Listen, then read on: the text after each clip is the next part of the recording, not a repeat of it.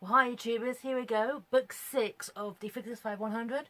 Yes, I'm recording this the same day as the 5th one, but I'm loading it a couple of days later because I'm going to be in digital detox about a week.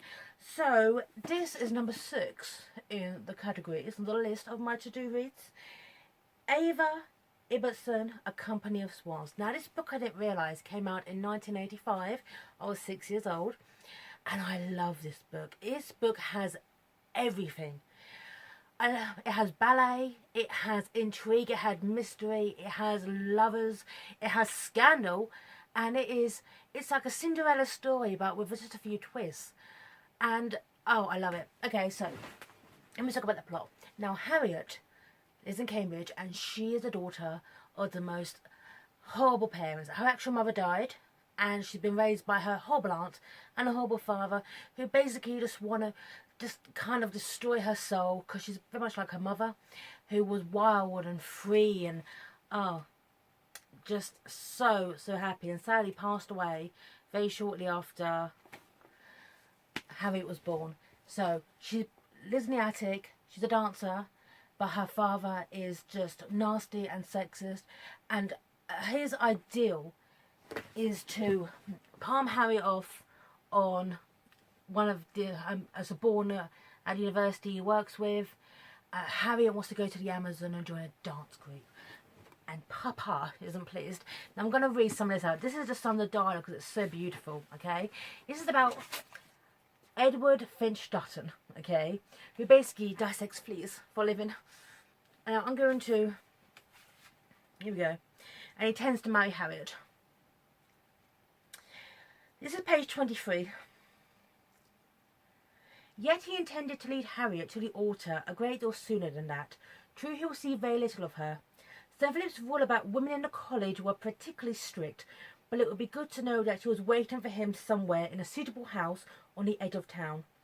Her quiet and gentle presence, the intelligent way she listened, would be deeply comforting to a man who has set himself, as he had done, the onerous task of definitely classifying the Alpanetia.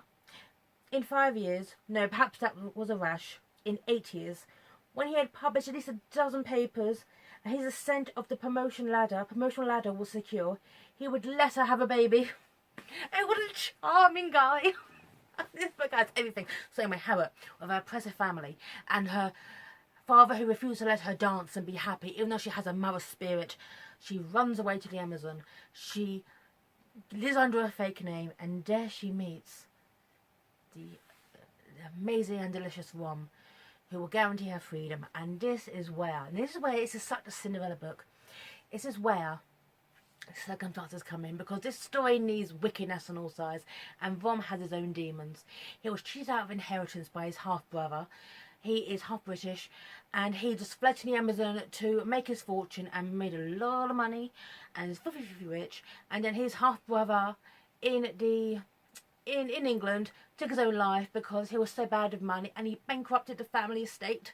And then his sister-in-law, who was his ex-fiancée, who disregarded him when he had no money, is now crossing the channels to the Amazon to get to Rom and all his money. She absolutely is referred to as a countess more than her actual name, which is Isabel, because this needs a villain. And one thing I like though is Isabel is just quite nasty. She only thinks of her status and prestige. This is a book, it's very, very integral to the class system. And obviously for the time, it's Edwardian times. Even the attitude of Isabel's father and her aunt is more Victorian than anything else, early Victorian too. It's just so focused in the class system. Essentially, well, Rom has a nephew called by the name of Henry, but when Henry falls sick, Isabel doesn't care about that. She just basically has to go at Henry for almost, it's a time care where measles could kill you. She cares more about getting to Rom to seduce him, to get all that lovely money, to keep her status in life. And this book has everything. It has fantastic descriptions of, obviously, foreign countries, but foreign countries 100 years ago. This is like, this is the Edwardian period. It has fantastic dancing, the way it's described. It has, The fact is that the Russian troops she joins will do anything to keep Harriet, to save her, that they change her name, and she pretends to be someone else at various points. And there's one quite funny scene where Rom meets Edward, okay? The guy who actually falls in love with her, and the guy who thinks he's in love with her because of her status.